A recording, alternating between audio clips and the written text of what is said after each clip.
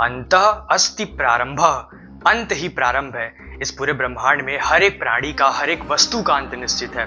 यहाँ तक कि इस पूरे ब्रह्मांड का भी अंत निश्चित है। और इस अंत की प्रक्रिया को प्रलय कहते हैं।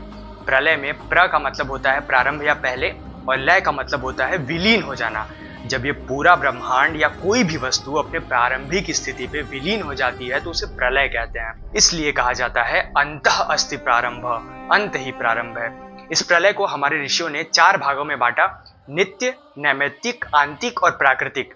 इनमें से जो नित्य प्रलय है वो हमारे जीवन में रोज होता है। भगवान श्री कृष्ण गीता में कहते हैं सर्वभूतानि कौन्तेय प्रकृतिम यान्ति मामिकाम, अर्थात हे कुंती पुत्र, कल्प के अंत में सभी प्राणी मेरी प्रकृति में लीन हो जाते हैं। जब हम सो रहे होते हैं उस समय हमारा मस्तिष्क जो है वो सुसुप्ति अवस्था में चला जाता है और हमारा सबकॉन्शियस माइंड एक्टिव रहता है। लेकिन ये प्रक्रिया प्रलय कैसे हुई, इसे बहुत ध्यान से समझिएगा। जब आप गहरी नींद में होते हैं तब उस समय आप सब कुछ भूल गए रहते हैं। आप कौन हैं, आपका जीवन क्या है, कौन कौन सी परेशानी आपके जीवन में है, इस संसार के सारे मायाजाल को भूलकर आप एक ऐसी अवस्था में चले जाते हैं जहां सिर्फ शांति होती है। और इसीलिए इसे एक तरह का व्यक्तिगत या आत्मिक प्रलय कहा जाता है। अगर आप इस पर डिटेल में वीडियो चाहते हैं तो आप कमेंट जरूर कीजिएगा। महादेव।